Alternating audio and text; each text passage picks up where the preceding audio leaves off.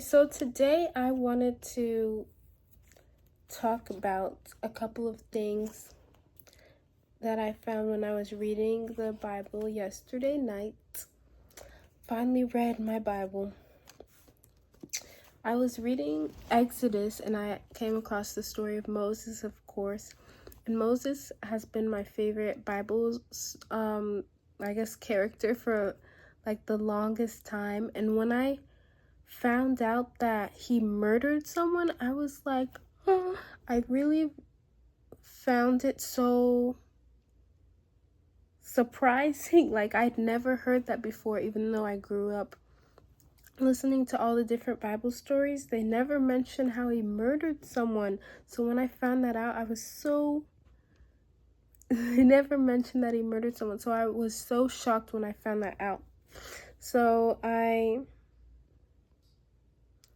wanted to share that with people because I think other people would be very shocked. Like, it can't be just me who was shocked. Like, oh, are you kidding? The guy who God used to split the sea in half? That guy? I think a lot of the time we think of the Bible people as like superheroes, but in reality, they're just regular humans just like us who God used. You know, and God uses us every day if we allow him to. So yeah, Moses was just a regular guy, guys. Why is there a fly? Moses was just a regular guy, just like us, just a chill guy that God used. And he really kind of was arguing with God. He was not convinced. He was not feeling ready, but God still selected him. Like, if we read, so yeah, Moses had run away from his home. If you like, it's such a great, just read it. It's right there in Exodus chapter 2 if you want to read about who he murdered and why he did it. I'm not gonna spoil it for you. Go read it in Exodus chapter 2. I won't spoil it, but yeah, basically he killed this guy and he runs away and literally just like marries someone else, starts a new life. But yeah, God has a plan for his life. So you would think that's the end of Moses's story. He just kind of has his life, has his kids, and dies in this new land after running away, just has this dark past. But no, God decides to use him despite that past. Like, wow, this is really crazy, And God never changes, So God will still use us in this day and age. God will still use us in this day and age. So basically what happened was, and go ahead and fact check me on this, on everything I say if you want. But basically in chapter 3, so Moses has his new life. He married this girl, all that jazz, or woman, I don't know. Okay. Chapter 3, verse 4.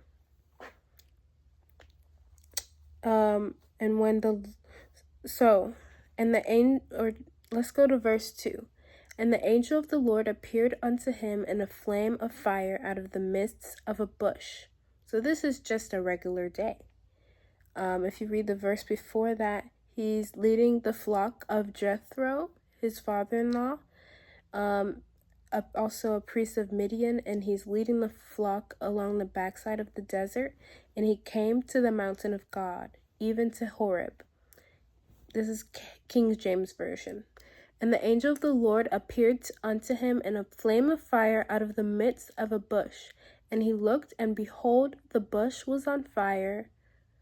Bush burned with fire, and the bush was not consumed. And so yeah, if you see something like a tree and it's not burning, it's on fire, but it's not burning, you'd be like, so he stops. And then verse 4, and when the Lord saw that he turned aside to see, God called unto him out of the midst of the bush and said, Moses, Moses. And he said, and Moses said, "Here am I." God saw that Moses was paying attention to the bush, and God wanted to talk to Moses so much that he literally started speaking from the bush. Isn't that amazing? Like, that's how much God wants to speak to us.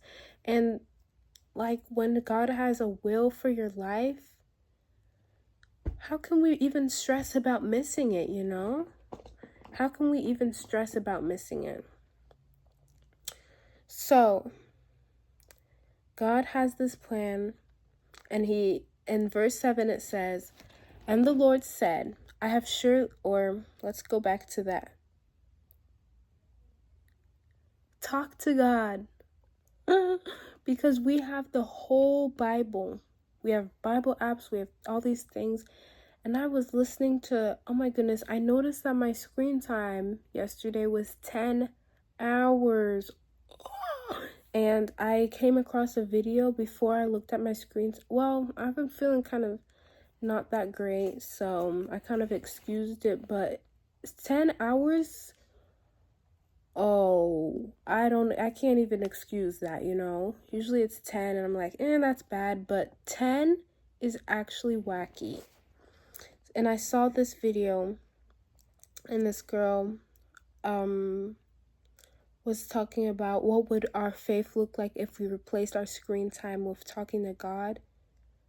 Like, God wants to talk to me so much that he will bring videos to my page, to my For You page. I'm not on TikTok, on Instagram and YouTube Reels, because they're all the same, of things that speak directly to my life. And that's how much God wants to speak to me. But I can just speak to him, like, and not be on my phone, you know? So it's important for us to make that choice.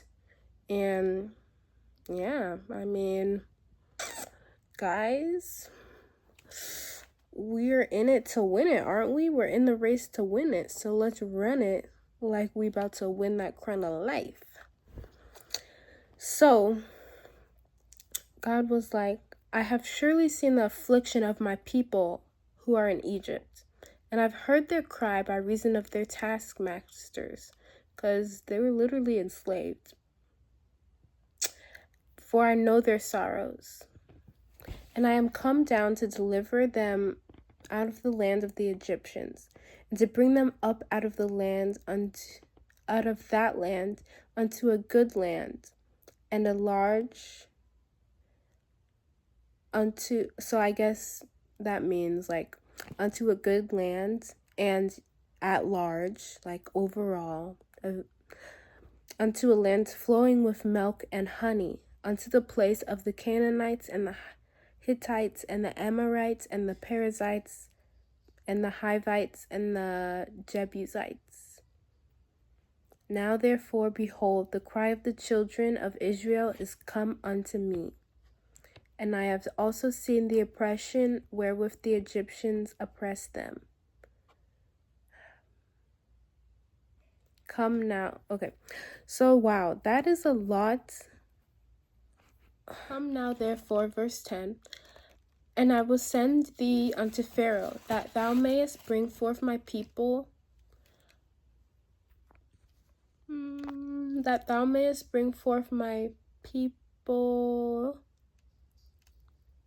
and the children of Israel, my people, the children of Israel, out of Egypt. And Moses said unto God, Who am I, that I should go unto Pharaoh, and that I should bring forth the children of Israel out of Egypt? And he said, Certainly, like, obviously, of course, I will be with thee. I'm gonna be with you. And this shall be a token unto thee that I have sent thee. When thou hast brought forth the people out of Egypt, oh my hands are shaking. Ye shall serve God upon this mountain. And Moses said unto God, Behold, when I come unto the children of Israel, and shall say unto them, The God of your fathers hath sent me unto you. And they shall say to me, What is his name? What shall I say to them? So God literally sees everything we're going through, everything that's happening to us, at all of our sorrows, everything, everything, everything that's going on. God is seeing it. And trust, God has a plan, okay? Trust. Everything's going to be made right. Either, thy kingdom come, thy will be done on earth as it is in heaven. So God's will is going to be done on earth as it is in heaven. Like I don't know enough to even say enough, but I'll just say that verse, If anyone else has a revelation on that, please share it, because I just don't want to speak on something that I'm not too familiar with. But yes, God is seeing everything that's happening right now, guys. Everything. He has a plan. He has a plan, whether it comes on earth or whether we go to heaven before the restoration comes on earth. God has a plan. So basically, Moses keeps giving these excuses. He says, the elders are not going to believe me. They won't believe me. They're not going to listen to me. Moses also had a stutter. So he's like, do I really have to speak? Why me? And then finally God keeps saying, I'm going to be with you. God is giving him a lot of the plan, I feel. God usually just says, well, I don't know. I feel like with Moses, God told him a lot of the plan a little bit, but in earlier things, like when God was telling Abraham to go sacrifice Isaac, I think the instructions were a lot shorter, but with this, he's telling Moses a lot of the plan. And Moses is still not me. Can you send someone else? And then God gets mad, which honestly, imagine you can see see what the future is, and you literally have the plan all worked out, and the person you're trying to just convince to go on the trip, and it's the best thing for them, they're just are you kidding? And remember, God always gives us a choice. So yes, but yeah, the story is so amazing. So amazing. I encourage you guys to read it because it's so amazing. I haven't even finished the whole thing, but yeah, I read Exodus for the first time a couple years back, and then I saw Sadie Robertson, now Huff, her what's it called, message on it, and that's when I first learned that Moses had killed someone. So yeah, you learn something new every day. But yes, that was nice. Yeah. Trust in the Lord with all your heart and lean not on your own understanding. Another thing that happened yesterday is I literally have no pencils. And I'm trying to take an online class. I have no pencils, literally no pencils. My sharpener is halfway broken. I've been using pens. And then yesterday I saw this pencil on the floor.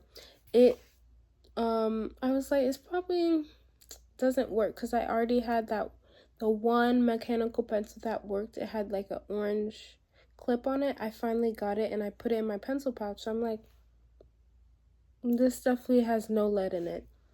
But I feel like I should go pick it up, and I felt God say, get the pencil. So I finally get it, and it has lead in it. So I'm like, what? Free pencil.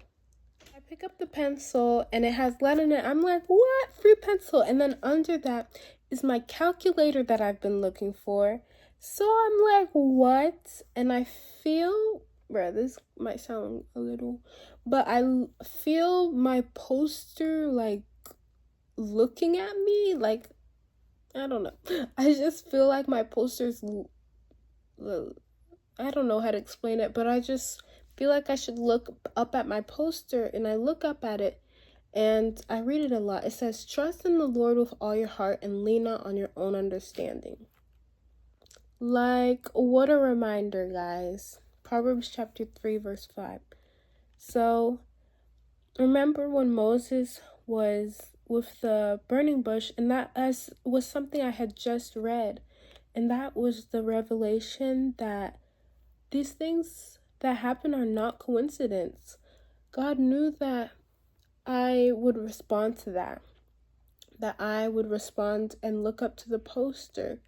He wanted to speak to me, and he used something that he knew that would connect with me to speak to me through. It's not a coincidence, you know? And that kind of just gave me a new understanding of what I had just read. So, hey, that's pretty awesome sauce. So, yeah, good night.